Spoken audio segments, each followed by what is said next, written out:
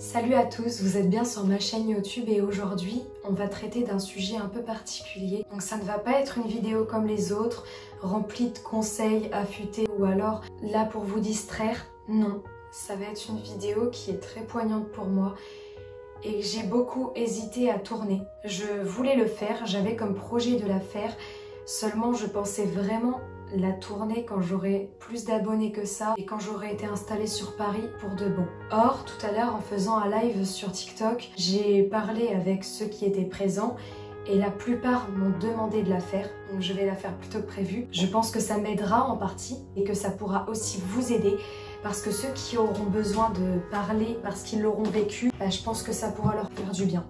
Si j'ai beaucoup hésité à faire cette vidéo, c'est parce qu'en partie, je pense que j'étais terrorisée à l'idée même d'en parler publiquement, de parler du harcèlement que j'ai subi. Parce que quoi que je fasse sur La Rochelle, donc ma ville natale et la ville où j'ai toujours vécu, ce sera toujours moi la fautive. On m'a fait passer pour une tarée, pour une dégueulasse crado qui ne se lave même pas, pour une salope qui couche avec tout ce qui bouge. Moi qui ai le romantisme incarné. On m'a fait passer pour bien des choses, au lieu de voir celle que j'étais vraiment. Sensible, rigolote, qui aime la vie, qui a qu'une envie, c'est de faire rire les gens. À cause de ce harcèlement dont je vais vous parler, je suis devenue mon pire cauchemar. J'ai commencé à agir comme les personnes que je haïssais, à devenir une personne abjecte, superficielle, obsédée par les likes, parce que je me disais constamment qu'il fallait que je surjoue, qu'il fallait que je joue un rôle, que ce serait plus simple que d'être moi-même. Parce qu'au moins, si quelqu'un osait me critiquer, il critiquerait celle que je joue et pas celle que je suis. Mais j'ai perdu la relation saine et superbe que j'avais avec ma mère. Parce qu'en rentrant des cours, j'étais tellement bouffée de l'intérieur de ce que je venais de vivre la journée que, je sais pas, je devais trouver plus facile de m'en prendre à la seule personne qui m'apportait de l'amour. Je la rejetais. Je lui criais dessus. Je piquais des crises. C'est la première fois d'ailleurs que je le reconnais, je crois. Et c'est devant vous que je le fais. Et pourquoi ? Pour ne pas réagir devant les gens devant qui j'aurais dû réagir. Donc après toute cette petite parenthèse, je vais commencer à vous parler du calvaire que j'ai vécu, du calvaire qui m'a détruite. Ça a commencé de manière très simple. On jugeait mes tenues, on me disait que j'étais grosse, que j'étais sale, que j'étais poilue, que j'étais idiote. On se moquait de moi en cours lorsque je donnais la mauvaise réponse. Et puis petit à petit, c'est monté crescendo.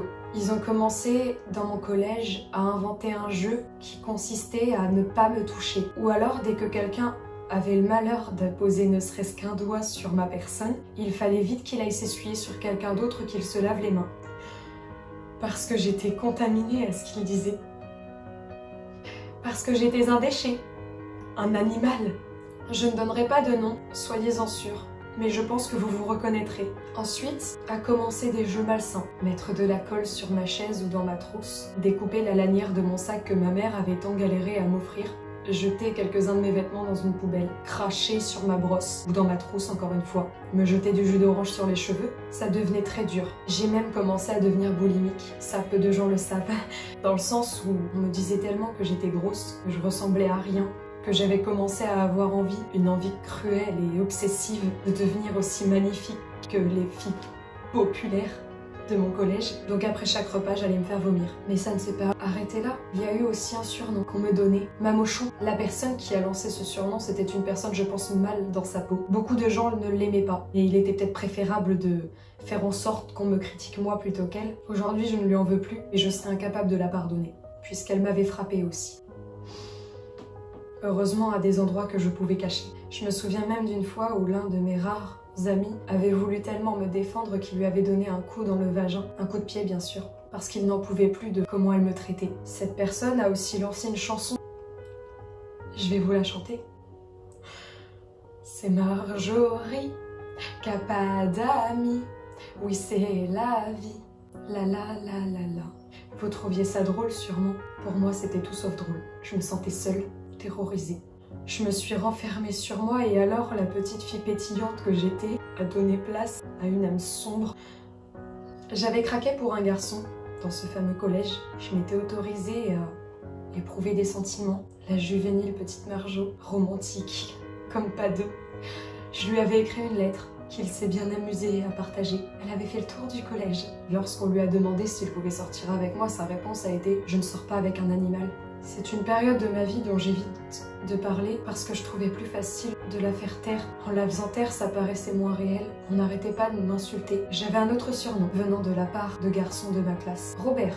Parce que j'ai toujours eu cette voix grave que peu de filles ont. On n'arrêtait pas de me répéter que je trouvais mes vêtements dans une déchetterie, que j'étais sale, laide, qu'à part sucer des queues, j'aurais jamais de mec, que ma mère devait fouiller les poubelles pour m'habiller et pour m'offrir le peu de choses que j'avais. Ça, je crois que c'était le plus dur parce que ma mère s'est toujours battue pour nous, pour m'offrir cette école, qu'elle me payait tous les mois d'ailleurs, pour que je puisse avoir un suivi pour mon statut de précocité. Car oui, à l'âge de 9 ans, j'ai été décelée précoce. Pour ceux qui ne savent pas ce que c'est une personne qui va avoir plus de facilité que d'autres dans les études, mais qui en même temps n'aura pas la même façon de penser que ceux de son âge. C'est aussi à cause de ça que j'ai cette sensibilité accrue d'ailleurs, apparemment. Elle a tout fait pour que je puisse être là-bas. Et c'est peut-être pour ça d'ailleurs que j'ai jamais pu lui en parler. Peut-être qu'une partie de moi lui en voulait de m'avoir mise là-bas. Mais il y a cette autre partie de moi qui, je pense, s'en voulait parce que je me disais « Maman fait tout pour que je sois heureuse et que j'ai de bonnes études. » Et j'ai même pas su être à la hauteur de ça. C'est monstrueux quand même qu'on en vienne à se dire que c'est notre faute. Et même là, cette vidéo, si j'ai tant hésité à la faire, c'est parce que j'avais terriblement peur qu'on vienne me dire encore une fois que je joue un rôle de victime, alors que jamais j'ai osé me faire passer pour une victime. Quelle que soit la situation. Ne croyez pas que mes larmes sont là pour vous attendrir. Je ne peux pas les contrôler. J'étais tout le temps toute seule, ou avec mes deux seuls amis qui eux-mêmes avaient un peu honte de traîner avec moi. Comment leur en vouloir? S'ils n'avaient pas été là, peut-être que de toute façon moi je serais plus là. D'ailleurs, si vous passez par là, je vous dis merci d'avoir été là. J'étais tout le temps assise par terre, dans mon coin. Mais ça n'empêchait pas les moqueries. Si vous parlez de Marjorie Davio dans La Rochelle, on vous dira sûrement que c'est une tarée, qu'elle s'invente des vies, qu'elle est perverse, qu'elle est dégueulasse. Bonne à rien, stupide. Ensuite, j'ai décidé de quitter ce collège, en faisant croire à ma mère que j'en avais juste marre de prendre le bus tous les matins très tôt, et que je préférais aller au collège public de notre village. Elle a longuement hésité, puis elle m'y a mise. Au début, ça allait. Puis j'ai commencé à vouloir traîner avec les personnes qui me semblaient les plus sincères, et je ne m'en voudrais jamais pour ça, et qui étaient critiquées. Des bruits de personnes de La Rochelle, de toute façon, étaient montés jusqu'à cet autre collège. Et ça a recommencé. Les moqueries, les critiques, les insultes, le rejet. Aujourd'hui, je peux dire que je m'en suis sortie et grâce à ça, je peux parler de harcèlement parce que c'est ce que j'ai subi, du harcèlement moral et scolaire. Si aujourd'hui, je décide de vous en parler, c'est parce que j'espère pouvoir aider des personnes qui vivent ce que j'ai vécu et traversé. Pas pour qu'on s'apitoie sur mon sort. Parce que malgré mes larmes, je me suis relevée de tout ça. Je me suis battue, accrochée, mais ça n'a pas été si facile. À cause de ce qu'on disait sur moi sur La Rochelle, j'ai tenté d'en finir 2 fois. La première fois, c'était en ingurgitant tout le whisky que je pouvais, jusqu'à ne plus pouvoir. Et j'ai fini dans le coma. Un coma de courte durée, mais un coma quand même. J'avais tellement honte de dire à mes parents que j'avais essayé d'en finir, que j'ai déguisé ça sous le fait que je n'avais pas su boire. La deuxième fois, j'ai tenté de sauter d'un pont.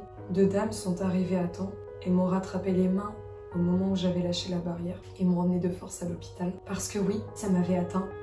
J'ai pourtant essayé de me faire des amis, de demander aux gens d'être mon ami ou ma copine ou peu importe, mais on se foutait de moi. Et entre eux, ils se disaient que je grattais de l'amitié. Je ne savais plus quoi faire. J'ai essayé de faire comme les filles qui étaient respectées à La Rochelle. J'ai commencé à faire les mêmes stories, les mêmes photos, les mêmes posts Instagram que tous ceux qui étaient aimés et entourés. Je me suis dit que ça amènerait des gens dans ma vie.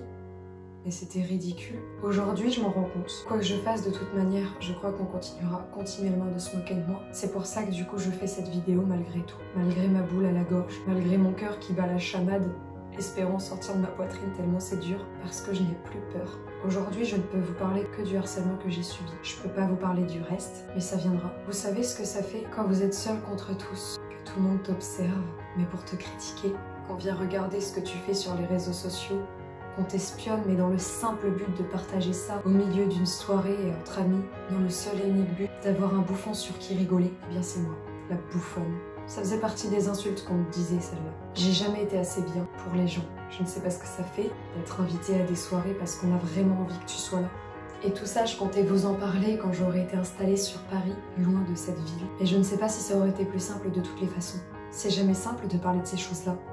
De regarder la caméra, de pleurer, d'avoir la voix qui tremble, la gorge nouée, et de se dire qu'une fois publiée, les personnes qui m'ont fait du mal verront cette vidéo. Soit ils se diront « mince, qu'est-ce qu'on a été con », soit ils en rigoleront ou ils viendront m'insulter encore plus. La conclusion de cette vidéo, c'est qu'il faut toujours garder espoir même quand tout semble noir. et que finalement si j'avais réussi à me tuer, j'aurais même pas pu connaître tout ce que je suis en train de connaître actuellement. Oui, je m'habillais chez Kiabi. Non, je ne pourrais peut-être pas avant un bon moment acheter des vêtements de luxe et de marque comme vous le faites tous. Ou encore non, je ne serai jamais la fille cool avec qui on a envie de traîner. Je suis moi et je m'aime. J'aime ma voix qu'on a tant critiquée. J'aime mon style vestimentaire et peut-être que je suis pas parfaite aux yeux de tous ces gens qui m'ont rejetée, mais je sais ce que je vaux. Et aujourd'hui, je suis capable de me regarder dans le miroir sans trouver de défaut à part mon eczéma. Je suis capable d'être en accord avec les pensées qui s'introduisent dans mon esprit. Ça, c'est parce que j'ai énormément travaillé sur moi. J'ai essayé d'apprendre à vivre avec ce que j'avais dû subir, que ce soit d'ordre familial ou amical ou même pas. J'ai subi plus de choses que personne ne peut se douter en me regardant actuellement. Cette vidéo était un message d'espoir à la base, même si pour l'instant je n'ai pas réussi à trouver mes mots. Si toi qui regardes cette vidéo, tu t'es reconnu dans ce que j'ai subi, dis-toi que tu n'es pas seul. D'ailleurs, je compte mettre mon compte Instagram à disposition de tous ceux qui auront besoin de parler, juste d'être écoutés. Et bien que ce sujet de harcèlement soit tabou à l'heure actuelle, il n'a pas à l'être. Nous sommes des victimes, pas des abominations. J'ai longtemps pensé que c'était moi le problème, que j'aurais pas dû naître, que je n'étais qu'une merde et que c'est tous ces gens qui avaient raison à mon sujet. Or, c'est pas la vérité. La vérité, c'est que je suis quelqu'un de pétillante, remplie de folie, qui préfère croquer la vie à pleines dents et s'amuser plutôt que de ne pas se sentir en vie. Que je suis loin de rentrer dans les codes et les normes que cette société veut nous imposer. Peut-être que j'ai une grande gueule, que je parle un peu trop fort dans les magasins ou dans la rue. Peut-être que j'ai un rire gênant. Peut-être que j'ai des pics nerveux qui me font péter des plombs par moments. Mais c'est ce qui fait ma personne. Et je n'ai pas à payer le prix fort pour être moi-même. Quand je suis arrivée sur Paris, je me suis rendu compte qu'il y avait plein d'autres Marjorie Davio, que La Rochelle c'est petit et que c'est peut-être un peu trop fermé d'esprit pour ma personne. Et jamais je n'insulterai ou je n'en voudrais à mort à tous ceux qui m'ont fait du mal, mais je ne pourrai pas pardonner. Parce que ce qui est sûr, c'est que ça a brisé cet enfant qu'il y avait en moi. Et il en restera toujours des séquelles, des fissures. Mais aujourd'hui, et on va terminer sur ça, je suis une femme accomplie. Je sais ce que je veux et où je veux aller. Je pense avoir acquis une certaine maturité qui me permet de prendre du recul sur pas mal de choses. Et qui me permet de me battre pour ce que je veux faire, pour ce que je veux être et surtout pour les choses et les personnes qui me tiennent à cœur. Et à l'heure actuelle, je laisserai plus jamais qui que ce soit me manquer de respect ou me mettre des bâtons dans les roues. C'est terminé. Je vais vous donner un conseil et on terminera cette vidéo là-dessus. Un jour, j'étais dans mon lit, je pleurais encore et encore et encore. Puis d'un coup, je me suis redressée. J'ai pris conscience d'une chose, que je reste dans mon lit à compter combien de larmes peut contenir un corps humain, en m'apitoyant sur mon sort ou en me demandant ce que j'ai bien pu faire au bon Dieu dans une autre vie pour qu'il m'inflige ça à l'heure actuelle. Ou que je me lève chaque matin, que je tourne mes vidéos, que j'écrive mon livre, que je m'entraîne à devenir une grande actrice. Eh bien les gens seront toujours là à nous juger ou à nous critiquer ou à se foutre de nous. Sauf qu'à la seule différence, si je reste dans mon lit, je leur donne raison. Et toute ma période de dépression, où je picolais afin de me mettre le cerveau à l'envers, tôt le matin comme tard le soir, où je sombrais et que je me regardais dans un miroir, je me dégoûtais. J'étais loin d'être moche, non, c'est pas pour cela. C'est simplement parce que j'étais incapable d'être fière de moi. J'étais incapable de me regarder et de ne pas culpabiliser de ce à côté de quoi je passais ma vie. Alors que maintenant, depuis que j'ai été acceptée au cours Florent, que je commence à avoir ma petite communauté sur TikTok, d'ailleurs merci à vous vraiment, que j'aime ce que je fais, qu'on se fiche de moi, j'en ai plus rien à faire. Ma seule satisfaction est ce moment où je me regarde dans le miroir et je ne me trouve pas de défaut parce que je suis fière de ce que je fais, parce que j'aime la personne que je deviens. Et il faut que vous vous disiez tous pareil. Je vais vous faire 1000 bisous. On va s'arrêter là avant que la vidéo devienne trop longue et trop barbante. Si vous avez des questions, venez par message privé sur Instagram. Je vous mets mon nom Instagram ici. Et parlez-moi, je veux être là pour vous. Je vous fais des gros bisous, j'espère que cette vidéo pourra en aider plein. Je suis désolée si elle est un peu bancale, mais moi-même je suis bancale. Du coup, elle correspondra bien à ma personne.